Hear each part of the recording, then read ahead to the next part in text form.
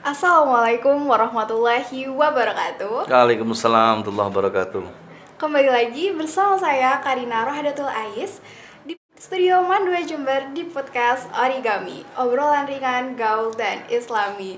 Wah, tentunya kalau sudah di podcast Origami ini, kita tidak pernah kehabisan bintang tamu yang spesial-spesial. Terutama hari ini.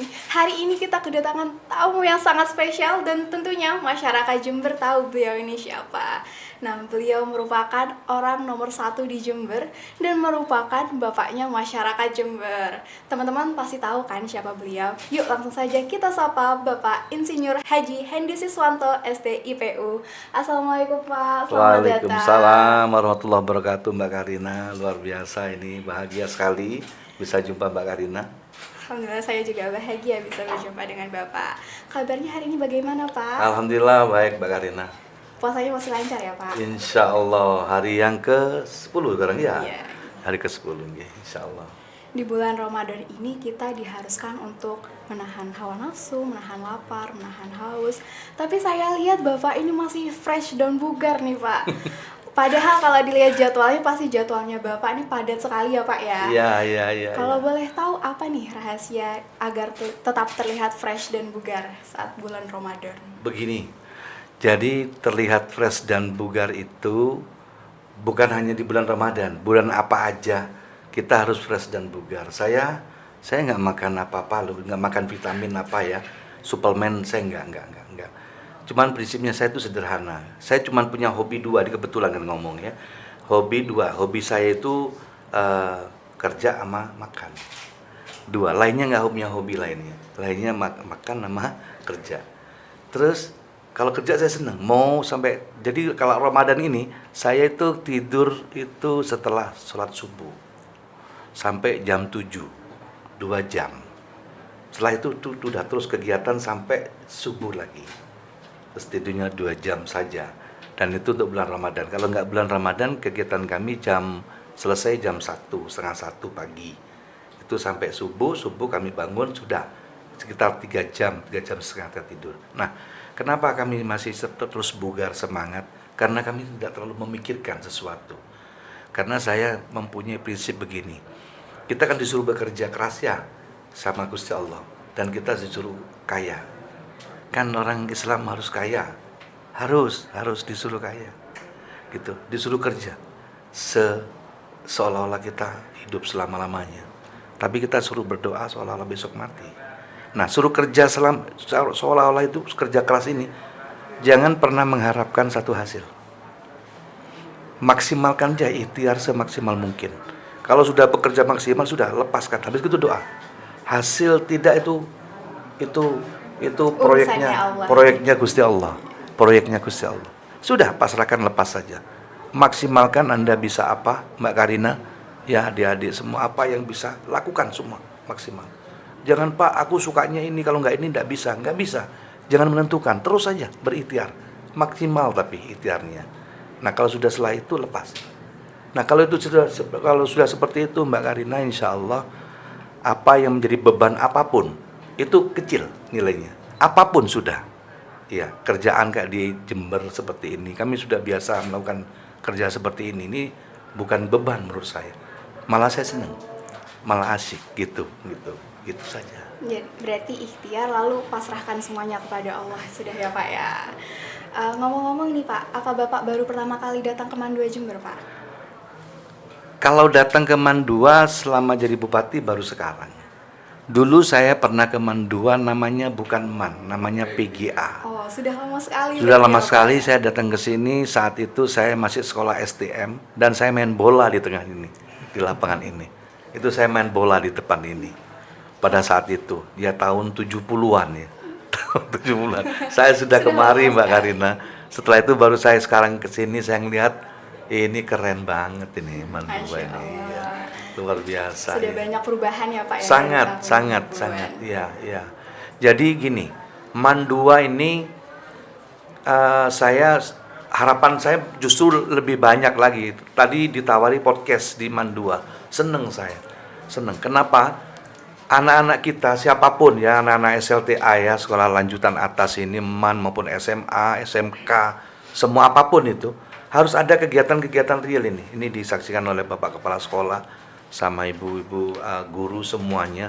Harus ada kegiatan-kegiatan real anak untuk merdeka belajar.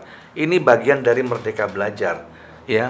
Terus untuk merdeka mengajar untuk Bapak Ibu guru. Ini program pemerintah ini. Dan ini memang benar, Mbak Karina. Kalau dibiasakan langsung komunikasi sebenarnya, ya dialog seperti ini jangan dilihat podcast pembawa acara, bukan ke sana. Tapi speak, diskusi, tambahan wawasan itu terbuka, gitu. Makanya kegiatan seperti ini wajib hukumnya itu, dan kalau bisa porsinya lebih banyak gitu.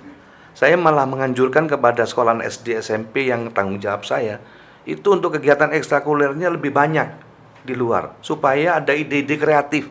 Ada ide kreatif, passion itu keluar dari mulai anak-anak.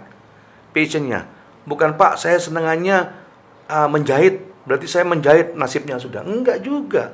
Dicari passionnya itu, karena passion itu yang menentukan Gusti Allah, sesuai dengan rezekinya nanti. Kita harus suruh cari.